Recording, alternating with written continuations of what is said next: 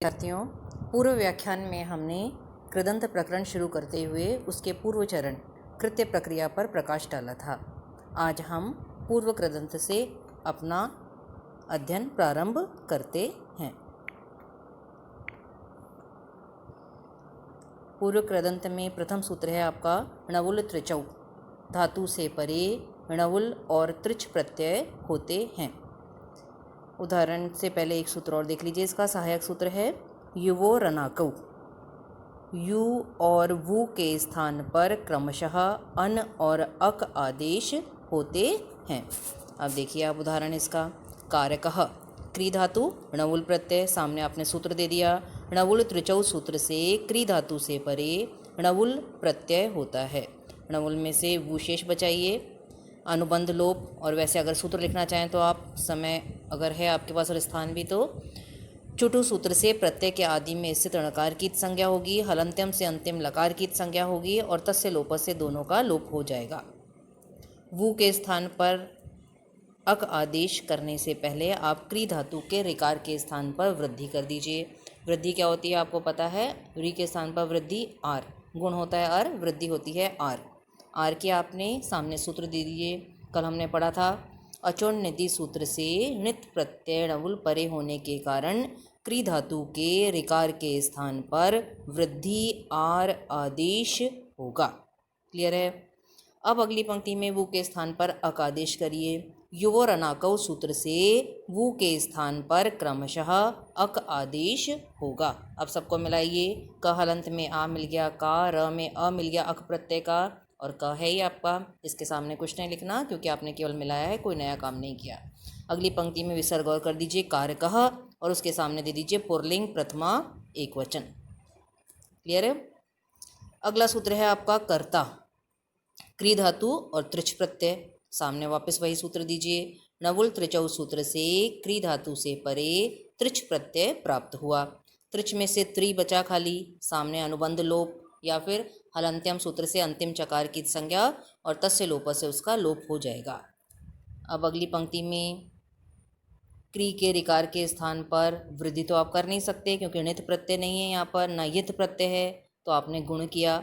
ऋषि वाले री के स्थान पर गुण किया आपने अर, और उसके सामने लिखा, पढ़ा था आपने, सार्वधातुक आर्धातुकयोः सूत्र से आर्धातुक प्रत्यय त्रिच परे होने के कारण इगंत अंग क्री के रिकार के स्थान पर गुण अर आदेश होगा। मिला दीजिए आपस में। क में अ मिल गया, र ऊपर चला गया, कर्त्री, और अगली पंक्ति में कर्ता, उसके सामने दे दीजिए पुल्लिंग प्रथमा एकवचन। पुल्लिंग प्रथमा एकवचन में यह रूप या यह पद सिद्ध होता है। अब अगले सूत्र पर आइए आप। नंदी ग्रही पचादिभ्यो ल्युण्यचः। ये क्या कहता है ये सूत्र। नंद्यादि गण की धातुओं से परे, ग्रयादि गण की धातुओं से परे और पचादी धातुओं से परे क्रमशः ल्यू, णिनि और अच प्रत्यय होते हैं। ये इंपॉर्टेंट सूत्र है आपका, उदाहरण भी इंपॉर्टेंट है, ध्यान से देखिए। पहला है आपका नंदनः। नंद धातु ल्यू प्रत्यय, सामने दे दिया आपने। नंदी ग्रही पचादिभ्यो ल्युण्यचः सूत्र से नंद धातु से परे क्रमशः ल्यू प्रत्यय प्राप्त हुआ। यहाँ क्रमशः लिखना जरूरी है क्योंकि आप इस सूत्र से 3 प्रकार की धातुओं से परे 3 प्रकार के प्रत्यय कर रहे हैं, तो क्रम से कर रहे हैं आप, तो ल्यू लिख दिया आपने यहाँ पर। क्रमशः ल्यू प्रत्यय प्राप्त हुआ। ल्यू में से यू बचा, सामने अनुबंध लोप, और अनुबंध लोप ना लिखें तो आप लिखेंगे लशक व तद्धित सूत्र से प्रत्यय के आदि में स्थित लकार की संज्ञा और तस्य लोप से उसका लोप हो जाएगा। क्लियर है। अब यू बचा आपका, यू के स्थान पर अनादेश कर दीजिए क्योंकि ना गुण करना है आपको ना वृद्धि करनी है यहाँ पर, तो आपने यू के स्थान पर अनादेश किया। युवो रनाको सूत्र से यू के स्थान पर क्रमशः अन आदेश होगा। यहाँ पर भी क्रमशः लिखना जरूरी है क्योंकि यू और वु दो के स्थान पर 2 आदेश आप कर रहे हैं, क्रम से होंगे ये आदेश। अब मिला दीजिए। नंद हलंत में अ मिल गया, न है ही आपका नंदन, पुल्लिंग प्रथमा एकवचन में बन गया नंदनः। अगला उदाहरण बनाना है आपको जनार्दनः। जन धातु, जन उपपद रखेंगे हम, अर्ध धातु है आपकी, प्लस ल्यू प्रत्यय किया, सामने वापस वही सूत्र देंगे। नंदी ग्रही पचादिभ्यो ल्युण्यचः सूत्र से नंद्यादि गण की धातु अर्ध से परे क्रमशः ल्यू प्रत्यय प्राप्त हुआ। ल्यू में से यू बच गया, सामने अनुबंध लोप, यू के स्थान पर अन आदेश कर दीजिए आप। यु और अनाकव सूत्र से यू के स्थान पर क्रमशः अन आदेश होगा। अलग अलग मिलाइए। जन को ऐसा कैसा रहने दीजिए, अर्ध में अन मिल गया तो जन अर्दन। अब जन के अंत में अ है, सामने अर्दन का अ है, दोनों को मिला दीजिए दीर्घ। तो अकह सवर्ण दीर्घ सूत्र से अकार से परे सवर्ण अकार होने के कारण पूर्व पर अर्थात अ प्लस अ के स्थान पर सवर्ण दीर्घ एकादेश आ होगा। ठीक है। अगली पंक्ति में विसर्ग और लगा दीजिए। पुल्लिंग प्रथमा एकवचन में यह रूप सिद्ध होता है। अगला उदाहरण है आपका लवणः। लू धातु है, काटनार्थ में लू धातु ल्यू प्रत्यय, वही सूत्र दिया। नंदी ग्रही पचादिभ्यो ल्यू नुंच सूत्र से लू धातु से परे ल्यू प्रत्यय प्राप्त हुआ। ये भी आपके नंद्यादि गण की धातु है। ल्यू में से यू बचा आपका, सामने अनुबंध लोप दे दिया आपने। यू के स्थान पर अन आदेश किया। यू और अनाकव सूत्र से यू के स्थान पर क्रमशः अन आदेश होगा।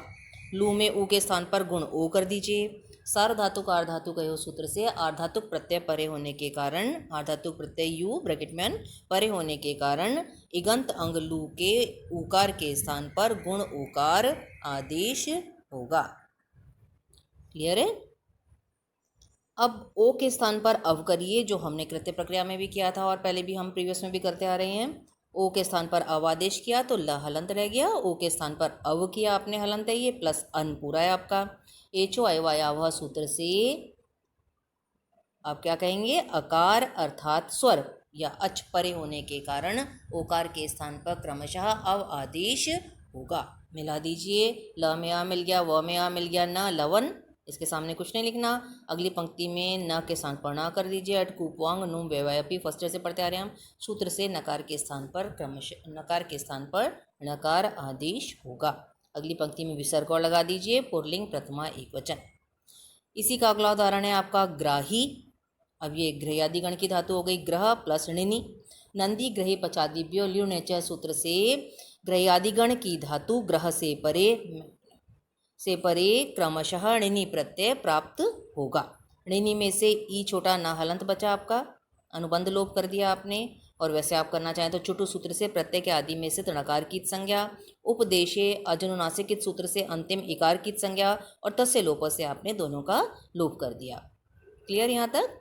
अब ग्रह में जो अ है उपधा, उसके स्थान पर दीर्घ आ कर दीजिए। सूत्र पड़ा हुआ है आपका और आगे भी काम आएगा। अत उपधाया सूत्र से णित प्रत्यय णिनि परे होने के कारण ग्रह धातु की उपधा ह्रस्व आकार के स्थान पर वृद्धि आ आदेश होगा। क्लियर है। मिला दीजिए। अब ग्राह में ई मिल गया, ग्राहिन। अब प्रथमा एक वचन में बनता है आपका ग्राही। ये पूरा सिद्ध करने की आवश्यकता नहीं है यहाँ पर आपको, बस पुल्लिंग प्रथमा एक वचन सामने लिख दीजिए। अगला उदाहरण है मंत्री। ये आता है कई बार परीक्षा में। मंत्र धातु है णिनि प्रत्यय, सामने दे दिया आपने। नंदी ग्रही पचादिभ्यो ल्यू नेच सूत्र से कौन सी गण की है ये, आप गृहयादि गण की धातु मंत्र से परे क्रमशः णिनि प्रत्यय प्राप्त हुआ। णिनि में से इन बचा आपका, सामने दे दीजिए अनुबंध लोप, मिला दीजिए। मंत्रिन हो गया आपका। अगली पंक्ति में मंत्री कर दीजिए, यहाँ उपधा करने की भी आवश्यकता नहीं है। पुल्लिंग प्रथमा एक वचन। इसी का अगला उदाहरण है आपका स्थाई। स्था धातु णिनि प्रत्यय, नंदी ग्रही पचादिभ्यो ल्यू नेच सूत्र से गृहयादि गण की धातु स्था से परे क्रमशः णिनि प्रत्यय प्राप्त हुआ। णिनि में से इन बचा, सामने अनुबंध लोप। अब युक का आगम, यहाँ हम नया काम कर रहे हैं। प्रीवियस में किया था हमने स्था युक, स्था के अंत में किया आपने युक का आगम। इनको ऐसा कैसा रहने दीजिए। आतो युक चिन्ह कृत हो सूत्र से णित प्रत्यय णिनि परे होने के कारण आकारांत धातु स्था को तुक का आगम होगा। और आद्यंत टकितो सूत्र से आप जानते ही हैं कि कित होने के कारण ये स्था के अंत में होगा। युक में से यह हलंत बचा, सामने अनुबंध लोप। अब मिला दीजिए सबको आपस में, स्थायिन बन गया। इसके सामने कोई सूत्र नहीं लिखना। मिला अगली पंक्ति में स्थायी कर दीजिए और उसके सामने लिख दीजिए पुल्लिंग प्रथमा एक वचन। अब पच आदि धातुओं का उदाहरण है आपका पचह। पच धातु प्लस अच प्रत्यय किया, सूत्र वही है। नंदी ग्रही पचादिभ्यो ल्युण्च सूत्र से पच धातु से परे क्रमशः अच प्रत्यय प्राप्त हुआ। अच में से अ बचा, सामने अनुबंध लोप या फिर हलंत्यम सूत्र से अंतिम चकार की संज्ञा और तस्य लोप से उसका लोप हो गया। मिला दीजिए, पच हो गया, पुल्लिंग प्रथमा एक वचन में बन गया आपका पचह। अब कल हम इसके आगे का अध्ययन करेंगे। आज के लिए इतना ही।